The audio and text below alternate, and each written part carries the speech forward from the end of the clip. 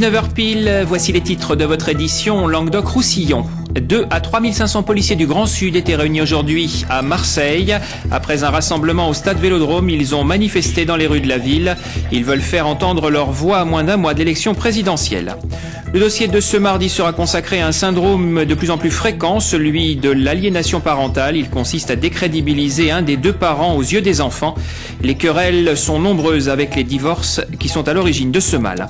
Enfin, nous irons à Saint-Guilhem-le-Désert prendre syndrome d'aliénation parentale. Il s'agit d'un processus qui consiste à pousser un enfant à haïr l'un de ses parents ou à le décrédibiliser sans que cela soit justifié. Cette théorie est largement controversée. Pourtant, avec la multiplication des divorces, les dégâts psychologiques sont terribles pour les enfants et parfois même irréversibles. C'est le dossier du jour. Il est signé Christophe Dumazer et Enrique Garibaldi. Cet homme est psychiatre à Alès. Expert près la cour d'appel de Nîmes, il intervient au pénal dans les affaires de divorce.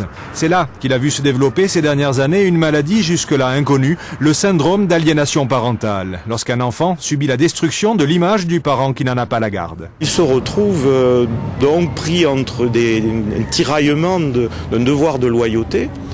Et comme on le rencontre dans les manipulations des sectes, il adhère à l'idéologie, à la manipulation du parent qui vit avec lui de peur de perdre ce parent-là, puisque déjà il a été séparé de l'autre parent.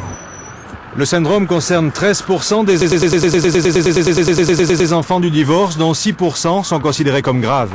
Cet espace, vous le connaissez bien, monsieur Poitou? Oui, je suis venu quelques fois. C'est là que j'ai vu mon fils, c'est les quelques minutes depuis 2 ans et demi. Là, c'est une association agréée par la justice qui organise des visites médiatisées, des rencontres entre l'enfant et le parent qui n'en a pas la garde, sous le regard d'un éducateur.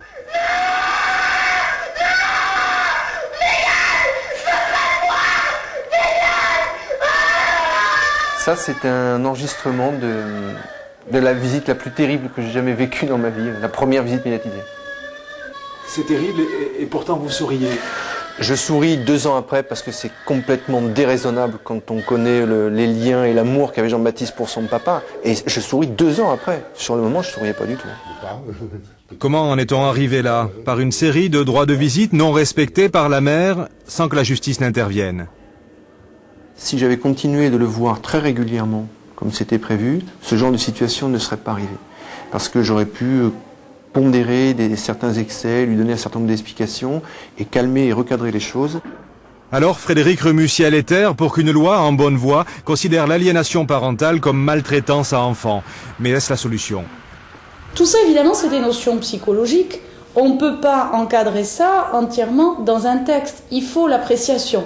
Moi, ce que je pense, par contre, c'est qu'il faudrait que les uns et les autres, nous soyons tous formés, avocats, magistrats, policiers, services sociaux, pour avoir des éléments pour détecter au plus vite quand il y a ce syndrome. L'intérêt de l'enfant, comme vous disiez si justement, n'est pas retenu en priorité par le magistrat.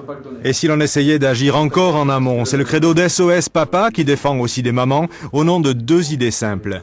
Le conflit des parents doit être mis de côté et pour le bien des enfants, il faudrait qu'il y ait une garde alternée.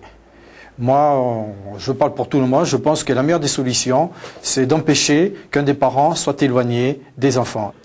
La garde alternée, aujourd'hui réglementée mais pas toujours appliquée, ou un simple mais ferme rappel à l'ordre, voire l'inversion de la garde, autant de solutions pour lutter contre un fléau qui entraîne chaque année 18 000 petits Français dans une spirale dont ils ne peuvent sortir indemnes.